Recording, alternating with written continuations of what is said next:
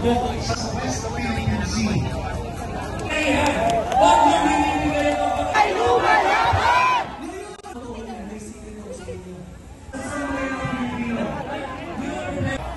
po yung perang pinabayad sa po introduce kami sa inyo sa performer natin. Magandang araw mga kapatid, si Mac Ortiz po ito ng News 5 Quick Reaction Team. Andito tayo ngayon sa People Power Monument para sa Trillion Peso March. At sa ngayon, tatanungin na rin ang ating mga kapatid kung ano ang kanilang mga panawagan. Ako po ay si Padre Dionisio Balote ng Order of the Scots Carmelites. Ang panawagan namin dito ay managot ang dapat sa managot, ikulong ang mga kurap sapagkat ang bayan ay nagkikit.